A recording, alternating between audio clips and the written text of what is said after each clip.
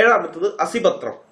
വേദമാർഗത്തിൽ നിന്നും തെറ്റി ആപത്തൊന്നുമില്ലാത്ത സമയത്ത് പാഷാണ്ഡ മതത്തെ സ്വീകരിക്കുന്നവനുള്ളതാണ് അസിപത്രം എന്ന നരകം. ഇത് പ്രത്യേകം ശ്രദ്ധിക്കണം, ഈ അസിപത്രത്തിന്റെ കാര്യം.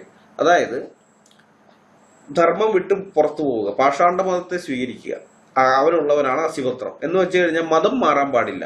നിങ്ങൾ ഈ ആഭാസത്തിനകത്താണ് ജനിച്ചു വീണതെങ്കിൽ ചാകുന്നത് വരെ അതിനകത്ത് തന്നെ കിടന്നോളണം, പുറത്തേക്ക് പോകരുത്.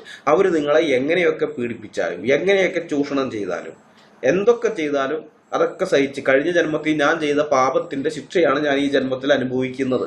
ഇനി ഈ ജന്മത്തിൽ ഞാൻ ഈ ശിക്ഷയിൽ നിന്ന് പുറത്തേക്ക് പോയി വേറെ വല്ല മതത്തിലേക്ക് അങ്ങോട്ട് ചേർന്ന് കഴിഞ്ഞാൽ ഇനി എന്നെ കൊണ്ടിടാൻ പോകുന്നത് അസിപത്രത്തിലേക്കാണ് എന്നും അങ്ങനെയാണ് പറഞ്ഞു പറ്റിച്ചു വെച്ചിരുന്നത്. എന്റെയൊക്കെ പിതാക്കന്മാർ, ഞാനത് ചിന്തിക്കാറുണ്ട്, എന്റെയൊക്കെ പൂർവികര് ഇതൊക്കെ എന്തിനാ ഇതൊക്കെ ഈ സഹിച്ച് ഇവിടെ നിന്നത്, ഇതിനകത്ത് തന്നെ നിന്നത്, ഇതൊക്കെ പണ്ടേ വിട്ടുപോകേണ്ടതല്ലേ എന്ന് ഞാൻ